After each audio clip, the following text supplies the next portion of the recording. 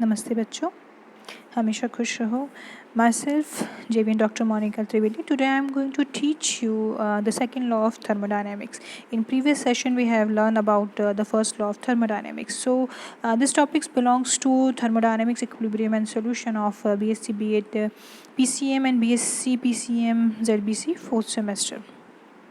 So, the second law of thermodynamics stated that wherever a spontaneous process takes place, it accomplished by the increase in a total energy of the universe. So, the total energy, which is also denoted as a entropy, okay, of the system. So according to second law of thermodynamics, the overall energy of or total energy of a universe is equals to the energy of a system and the energy of a surrounding. So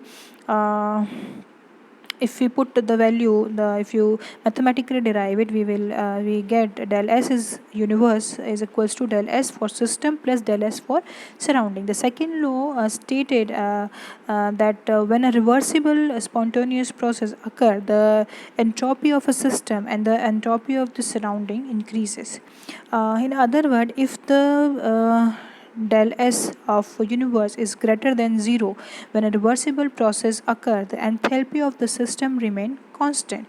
But when del S is equals to 0, since the entire universe undergo the spontaneous change, the second law can be most generally and can be stated as the entropy of the system is constantly increasing.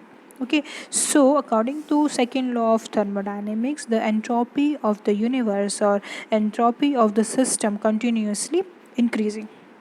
Okay, here you can see the less distortion in matter is had a less lower entropy, and the more distortion in a matter is show as a high entropy. If we talk about the solid, then the liquid, then the gas, so the solid has a lower entropy as compared to gases molecules. Okay, so the second law also stated that the exist of the useful state variable called as a entropy. Okay, so the change in the entropy, which is del S, is equals to the heat transfer, which is del Q, divided by the temperature. Okay, so del S is equals to del Q by T. For a given physical process, the entropy of the system and the environment remains a constant if a process can be reversed. Okay, if we denote the initial and final stated like SF and SI for a reversible process. The example of reversible process is by forcing a flow through a concentrated pipe, the ideal mass or no boundary is present on this kind of system. As the flow moves through the constructed pipe, the pressure and temperature and the velocity changes, but these variable return to their original values downstream of the concentration. So the state of the gas return to its original condition, and the change of the entropy of the system is 0. So